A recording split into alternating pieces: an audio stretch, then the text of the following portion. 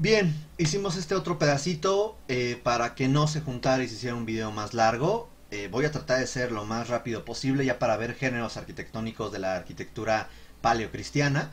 Ya platicamos sobre todo el contexto y la generalidad de primero cómo fue o en qué contexto político social se desarrolló el cristianismo, qué es el cristianismo, y ahora vamos a ver la arquitectura paleocristiana. Ya habíamos platicado que hay eh, un momento.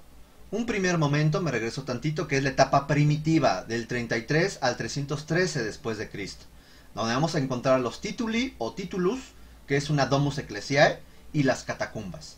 Aquí tenemos una de las primeras, o más bien la evidencia de la estructura de un tituli en Dura, Europos, Siria. ¿Qué es esto? A ver, ¿se acuerdan de la domus, que es una casa? Significa que es la casa de un patricio. Una domus ecclesiae significa eclesia, iglesia, una casa de reunión. Por lo tanto, había algunos patricios que simpatizaban con la cristiandad, que de pronto su casa la convirtieron en una casa de reunión. Es la domus ecclesiae. ¿Ok? Aquí vemos una casa muy sencilla, en donde podemos ver que es de dos niveles, tiene un pequeño patio, no tiene un jardín. La entrada es por aquí, tiene un patio, tiene una sala de reunión en la parte más amplia del fondo. Probablemente había un altar en esa sala de reunión, estamos hablando quizás en esta parte. Tenemos un baptisterio aquí en el en donde bautizan a los niños, ¿vale? Y bueno, otros edificios. Ahí, en el baptisterio, podemos ver que hay una pileta y hay un arco. Hasta ahí. Entonces, lo que hacían era, ahí hacían la ceremonia del bautizo. Mientras que en la sala de asamblea es lo que hoy en día sería como la iglesia o el templo. Es un espacio amplio en donde se cree que hubo, porque ya no hay vestigio, un pequeño altar que es una mesa, el altar donde haces el sacrificio del cordero, que ahora es Cristo, es el cordero de Dios, el, el nuevo, el nuevo cordero. Y bueno, podemos ver que ahí la gente se reunía, empezaban a hacer la Eucaristía y la liturgia, ¿vale? Y había un salón de clases, o sea, lo que sería el catecismo. Y es interesante porque podemos ver cómo ante necesidades un espacio se adaptó para cubrir esas necesidades. Pero eran una secta, no podían ser vistos porque eran perseguidos. Otro sería las catacumbas. Estas son las catacumbas de Priscila, Santa Priscila. Bueno, después sería conocida como Santa Priscila. Estas catacumbas, resulta que además vean cómo la ciudad tiene 24 diferentes entradas de catacumbas, ¿ya vieron? La muerte era importante para los romanos, sí, pero era algo del cual no quisieran hablar mucho. Por lo tanto, se encontraba fuera de la ciudad o bajo la ciudad. No te ponían en un sarcófago, no, ni en un ataúd. Te ponían en una cajita. Era una especie de osario, hasta que te pudrías y quedaban tus huesos, y ahí quedaban tus huesos, punto. Eso era, ¿vale? En una de las catacumbas, como la de Santa Priscila, se han encontrado estos vestigios pictóricos, que evidentemente no son temas romanos, civiles ni religiosos. Son temas, bueno, ahí vemos a un ángel, ahí vemos a una mujer con un nimbo, vemos aquí a una orante, vemos por ahí a un buen pastor, vemos el esquema de una mujer que trae cierta ropa, que puede decir que es una orante, esas primeras mujeres que de pronto oraban, etcétera, etcétera. Esto es lo que se conoce como pintura del paleocristianismo. Y esta pintura está llena de iconografía. Por ejemplo, si vemos a dos individuos, una mujer y un hombre que están desnudos en torno a un árbol que hay una serpiente, sin ponerle el nombre sabemos quiénes son. Es Adán y Eva. ¿Vale? Aquí podemos ver a una mujer que trae a un niño bebé. Podríamos decir que es una Madonna, ¿no? La Madonna, que es algo muy italiano, se refiere a la Virgen María y al niño Cristo, bebé. Sin embargo, bueno, obviamente la iconografía y la ropa y todo, pues es muy primitiva. ¿no? Hay quien dice que a lo mejor es una orante que está cargando a un bebé o la van a bautizar, pero no es muy claro, ¿ok? O de pronto aquí está un tipo desnudo con unos leones. Bueno, es Daniel. No, no soy yo, el profeta Daniel. Daniel con los leones, que se supone fue echado a un foso con leones, pero los leones no le hicieron nada. Entonces, ese tipo de cosas, el saber su significado es reconocer un discurso iconográfico. Si tú estás y ves un tipo desnudo con dos leones, dices, qué exótico. Pero necesitas tener un bagaje, en este caso bíblico, para saber y entender ese significado, esa iconografía. De ahí que sea tan importante y sea una herramienta de persuasión, pero también de evangelización. La gente va aprendiendo y entendiendo que no sabía leer mediante dibujitos la Biblia. Y eso va a ser muy importante en toda la Edad Media y después de la Edad Media. Ahí tenemos un esquema de las catacumbas. Vean cómo son nichos donde se ponían cadáveres. Algunos nichos más grandes donde habían arcosolios. Estos arcosolios, como este, se cree que aquí había los restos de alguien que fue martirizado y que los mismos cristianos arreglaban su nicho para darle un mayor énfasis a alguien que murió por no abandonar el nombre de Dios. ¿Ok? En el 313 y hasta el 500, cuando ya podríamos hablar que hay otras tendencias cristianas religiosas como la arquitectura bizantina y la arquitectura prerrománica, podríamos hablar entonces de la iglesia triunfante. ¿Qué es la iglesia triunfante? Se refiere ya a la construcción visible sin que te tengas que ocultar de arquitectura. Para ello van a retomar las basílicas, las martirias y los baptisterios. Los sistemas constructivos, materiales y la decoración es la misma que usaban los romanos. No hay más, ¿vale? Las basílicas. Habíamos dicho que en el periodo romano las basílicas eran edificios de justicia. Bueno, ¿se acuerdan del salón de la asamblea, de la Domus Ecclesiae? Bueno, pues la basílica por su forma le quedaba genial para poder hacer sus asambleas en una basílica. Por lo tanto, retoman el esquema de la basílica, lo retoman como el templo de Salomón, el arquetipo del templo de Salomón, donde haya una entrada lateral, o en este caso sería frontal, porque antes entrabas por la parte más larga, ahora entrarías por la parte más corta. Simulabas la idea de unas columnas, que tú pudieras entrar como el templo de Salomón, y que al fondo, donde estuviera el arca de la alianza, bueno, no estaría el arca de la alianza, estaría el altar. Ese esquema básico lo retoman en una basílica. Adaptan formalmente la basílica romana a sus necesidades. El ábside circular está orientado hacia el este. Después veremos por qué. Un altar al centro de ese ábside que se le va a llamar presbiterio. Ahorita les enseño las partes. Un arco triunfal y un acceso al oeste. Porque hay una alegoría de Cristo salvación. Ahorita les explico eso. Hay una cubierta a dos aguas con una nave central y cubierta plana en las laterales o inclinada, dependiendo, eso es muy relativo, eso es algo muy romano. Los martiria son los mausoleos. Martiria suena a mártir, pues resulta que ahí se encontraban los huesos de los mártires. Hay mausoleos, también se les conoce, como mausoleos o como rotondas. Son tres nombres para una misma cosa: martiria, mausoleos o rotondas. Es un relicario. ¿Qué es un relicario? Es una cajita en donde guardas tú una reliquia. Pero en este caso los edificios mismos se convierten en un relicario para los restos o un pedacito del resto de un santo o de un mártir. ¿Ok? Tienen una planta redonda que se refiere a esta cuadratura del círculo, recordando esta idea del universo, del cielo, lo celeste, la perfección. Una planta central cupulada, una cúpula. Una cámara baja para las reliquias y un deambulatorio, o sea, un pasillo que rodeara la parte más importante del mausoleo. Y los baptisterios, que tendrían un esquema muy similar a los mausoleos, nada más que al centro, en lugar de tener un altar, tienen una pileta para que puedas tú sumergirte y poder hacer la celebración del bautismo, el sacramento del bautismo, una planta circular con una pila central, donde hay una inmersión, o sea, te hundes. Y se va a adosar a los templos, o a veces de forma exenta, pero estará cercana a una basílica, ¿vale? Aquí tenemos uno de los mausoleos más importantes y más viejos, el mausoleo de Santa Constanza, sí, hija de Constantino. Entonces, Santa Constanza, vean qué interesante es la imagen que vimos en la portada. Vemos al centro que hay un altar y bajo el altar se encuentran los restos de la santa.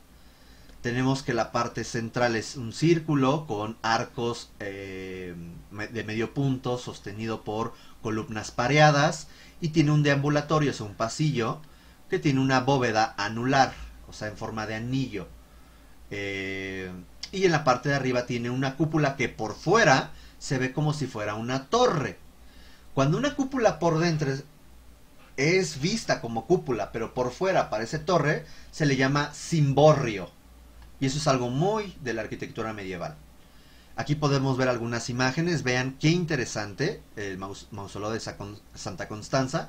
Aquí está el corte que les digo. Vean, por dentro se ve el intrados de la cúpula, pero por fuera el extrados tiene una forma de una torre con una cubierta cónica, y a eso se le llama un cimborrio. ¿Ok? Vemos un nártex, o sea, es una antesala para entrar al deambulatorio, y del deambulatorio puede entrar a la parte central donde se encuentra el altar. Pero siendo un espacio religioso, siendo una parte importante, se encuentra sobre unos escaloncitos y tú ya no puedes acercarte a él. ¿Ok? Vemos aquí la importancia de las pinturas en el intrados de este arco anular que se encuentra sobre el deambulatorio. Vemos estos detalles interesantes de mármol, es puro mármol, perdón, hablé mal, es puro mármol en el fuste.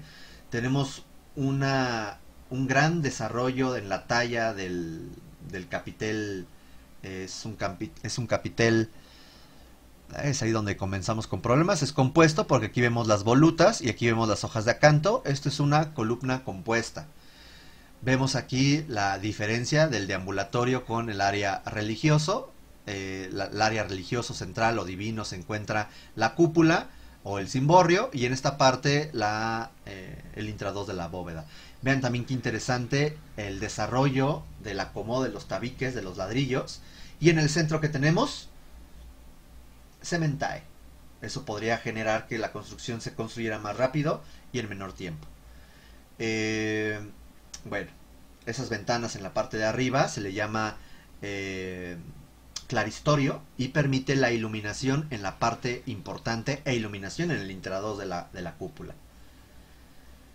Este es un ejemplo del baptisterio de Letrán y del baptisterio de Nocera, que son baptisterios muy viejos, del 400, en donde podemos ver que tiene una planta y un esquema muy similar a un mausoleo. Vean, hay un nártex, hay un deambulatorio, y en la parte central, en lugar de un altar, se encuentra una pila, una pileta para llenar de agua y que pudieran hacer la celebración del sacramento del bautismo.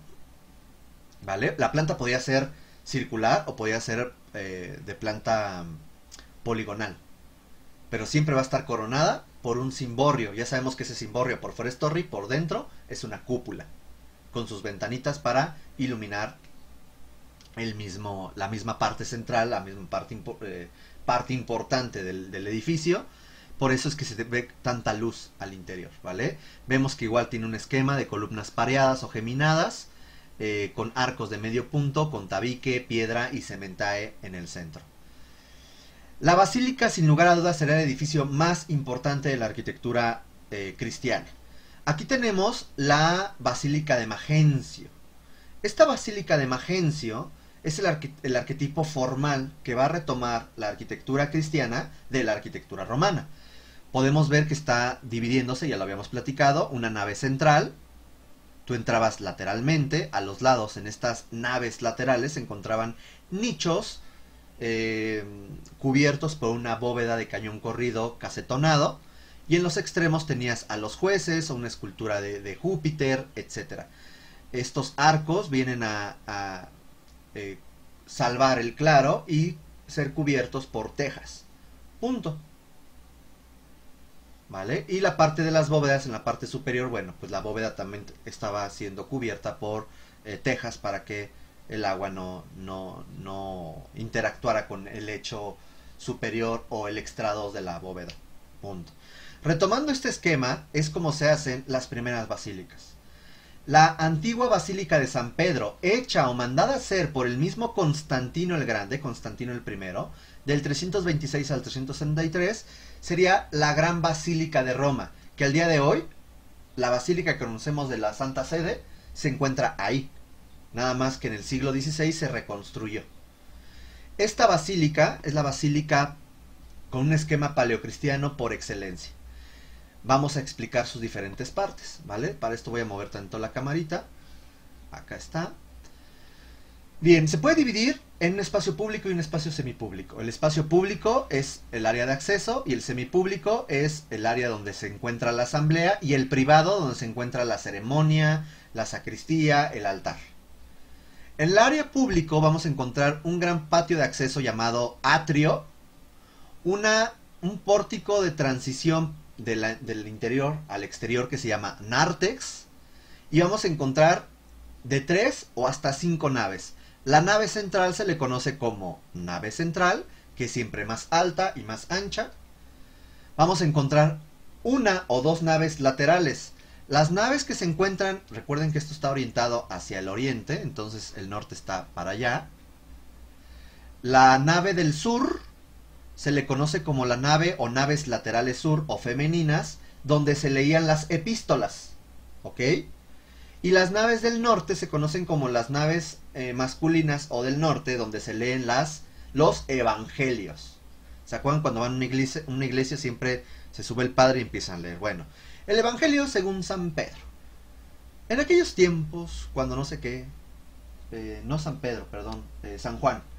San Juan, San Lucas, San Marcos y San Mateo, ¿vale? No hay San Pedro, eso me lo inventé, disculpen ustedes. Entonces, el Evangelio según San Juan. En aquellos tiempos, cuando Dios le dijo a no sé quién y bla, bla, bla, bueno, todo eso se leía del lado norte. En cambio, las cartas de Pablo, por ejemplo, que son las epístolas, se leen del lado sur. Bueno, tenemos un arco del triunfo que hace la división del espacio semipúblico al espacio privado, donde vamos a encontrar un transepto, que es esta nave de forma perpendicular a la nave principal, que forma una especie de brazos. Después veremos qué hay ahí o qué significa.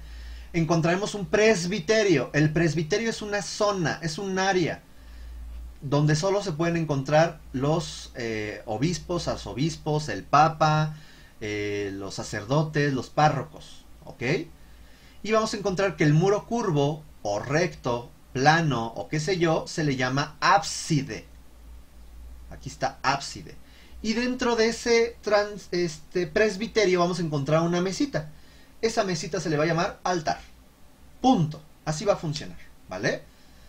El esquema estructural será mediante muros sobre arcos o sobre sistema dintelado, sobre el cual va a descansar una cubierta de madera, una armadura, y a los lados tendremos estos muros laterales. Bien, y entonces ese es el esquema con el cual va a funcionar estas antiguas basílicas, en lo funcional y en lo estructural. Muy sencillo, no requiero contrafuertes. ¿Por qué? Porque como no es una bóveda, no es una bóveda de cañón corrido, no hay cargas diagonales, o sea, no hay estos vectores, y entonces los muros no se abren. Por lo tanto, la carga cae como si fuera un sistema dintelado, y se acabó, ¿vale? Vuelvo a mover la camarita. Ahí está. Y vamos a tener aquí nada más algunos ejemplos. La Basílica de la Natividad del 333, en donde se construye sobre Belén, donde nació Jesús. Entonces tenemos un esquema similar al que vimos. Aquí está el nártex, perdón, el atrio, el nártex. Tenemos 5 naves. 4, 3, 2, 1.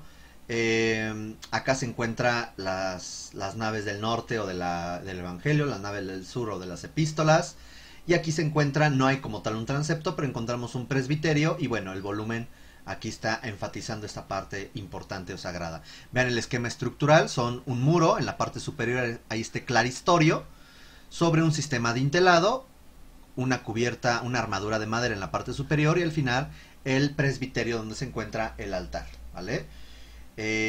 También tenemos la Basílica de San Juan de Letrán, San Pablo Extramuros, un esquema muy similar a lo anterior. Vean, hay un transepto, hay un ábside, está aquí un altar, 5 naves, un nártex, y el mismo esquema con el cual está funcionando.